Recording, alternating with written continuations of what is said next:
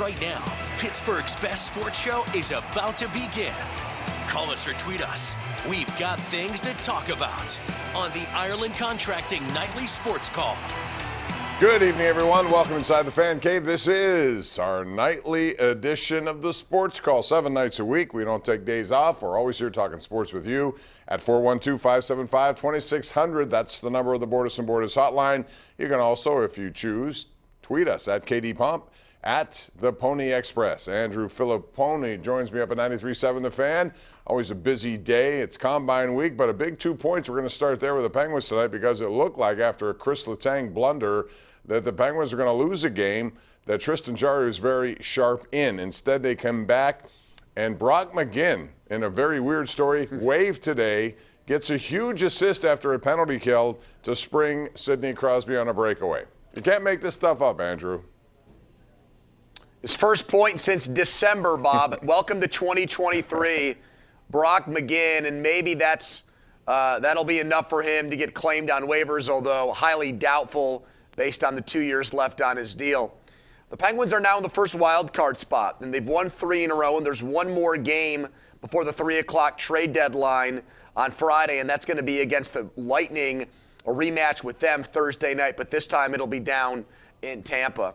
There's a lot of stuff going on with the Penguins right now, Bob, where they're talking to Jim Rutherford and the Vancouver Canucks. Everybody's reporting it.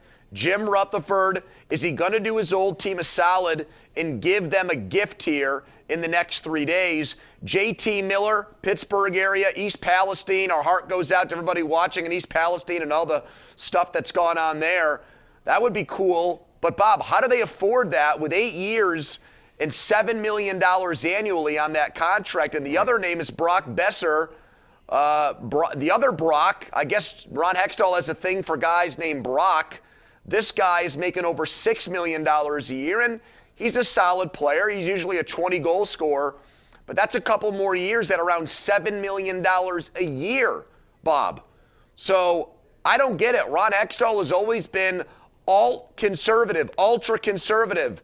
He's said repeatedly, I don't want to give up a lot. Well, now we're talking about players, especially JT Miller, Bob.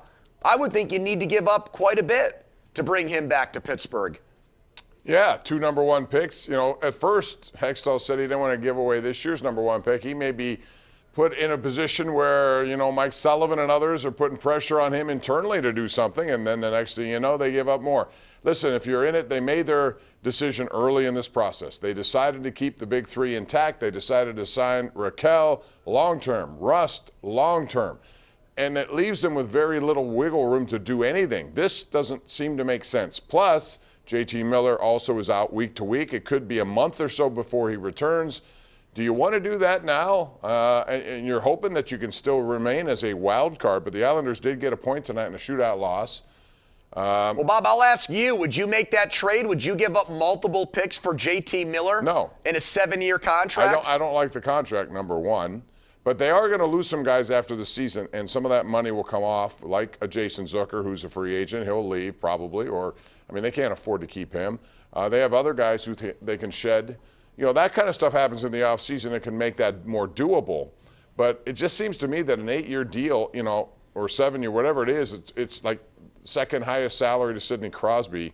And he had a good year last year. Make no mistake, 99 points, 32 goals. And he's almost a point per game guy this year, too. He's another 29-year-old. And listen, I get it. They're trying to, and they should want to win now. Does this make them better? Well, he's a top 6 guy. You tell me where he's going to play, Andrew. Is he going to be a third-line guy?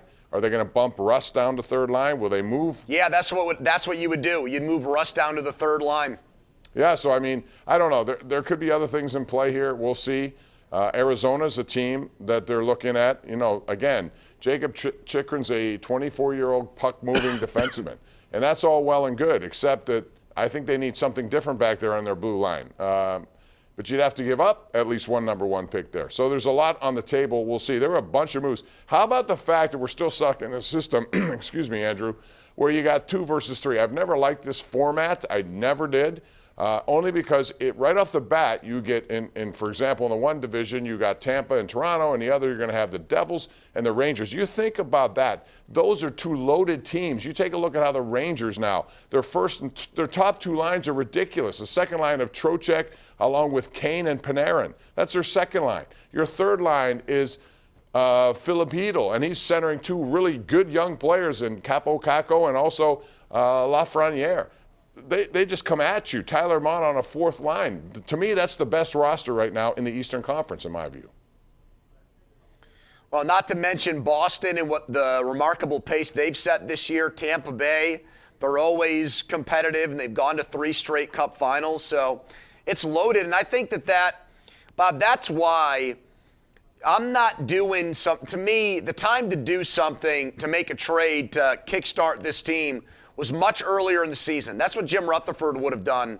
He would have given this team a long sort of runway to the trade deadline. Now they're fighting for wild card spots, and sure, like a wild card team wins in the first round every year. It happens. But is that what this is really all about? Just winning, lucky enough to win one series? Do you look at this team as a Stanley Cup contender even after they make the trades that we're speculating on? I still don't. And they've put themselves in this position where they feel like it's unnatural and it's offensive to sell. They're obligated to buy, but what they buy, Bob, is not going to be enough to win this year.